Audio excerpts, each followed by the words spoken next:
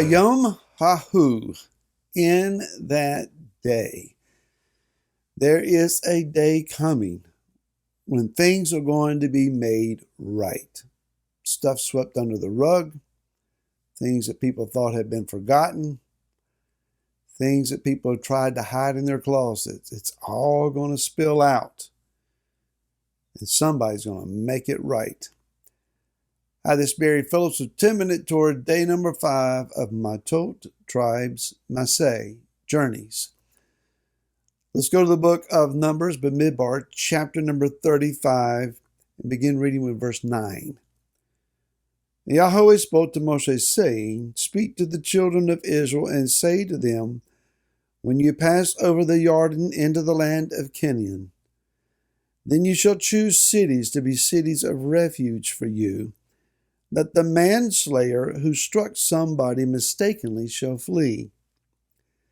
They shall be cities of refuge from you, or for you, from the Avenger, and the manslayer is not to die until he stands before the congregation for right ruling. More often than not, when we deal with this subject of the manslayer, that is someone who has taken another person's life, whether accidentally or intentionally, that is to be determined, they can be pursued by one who is called the Avenger of the Blood. Now, this would make an incredible movie plot. No one seems to pick up on that, at least not in a Torah context.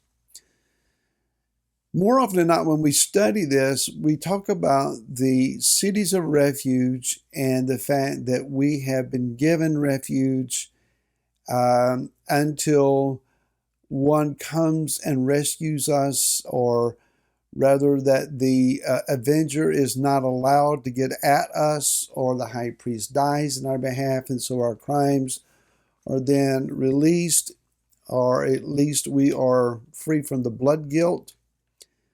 Well, let's turn the tables here and see that Yeshua plays the role of the Avenger of the Blood. Now, the term here, Avenger of the Blood, in Hebrew is Goel Ha'adam. Say that again. Goel, G-O''E-L, Goel Ha'adam, H-A-D-A-M.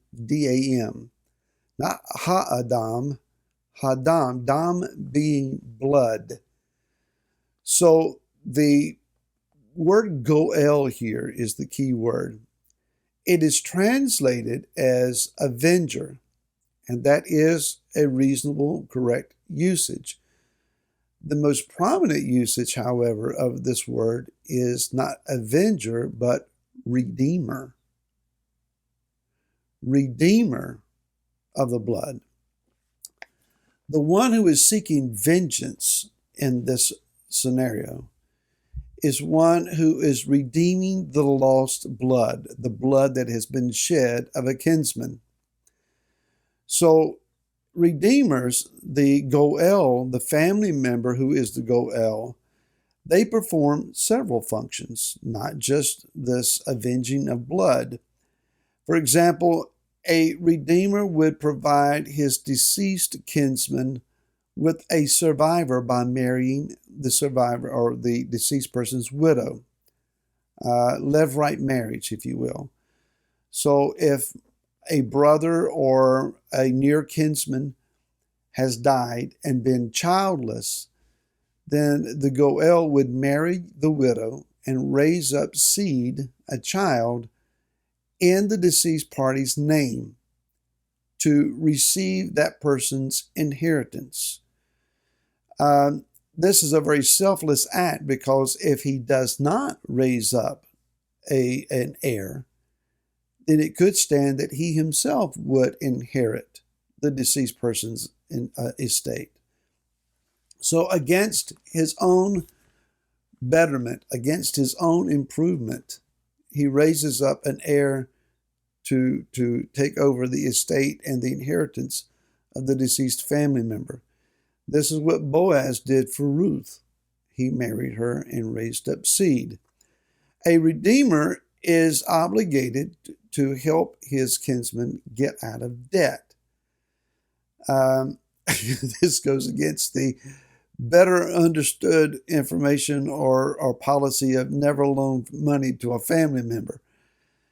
But here, if a person has found themselves in debt to the place that he is being sold off in servitude to pay off his debt, then the kinsman redeemer, the Goel, comes to his rescue, pays off the debt, and brings the family member back to their inheritance.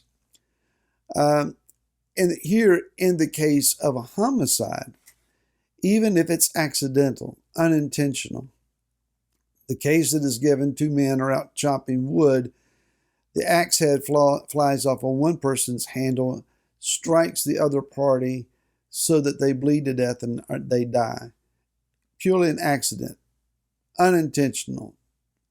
Yet the person who accidentally killed their friend must flee to a city of refuge and remain there until he can be judged, and he remains there until the high priest dies.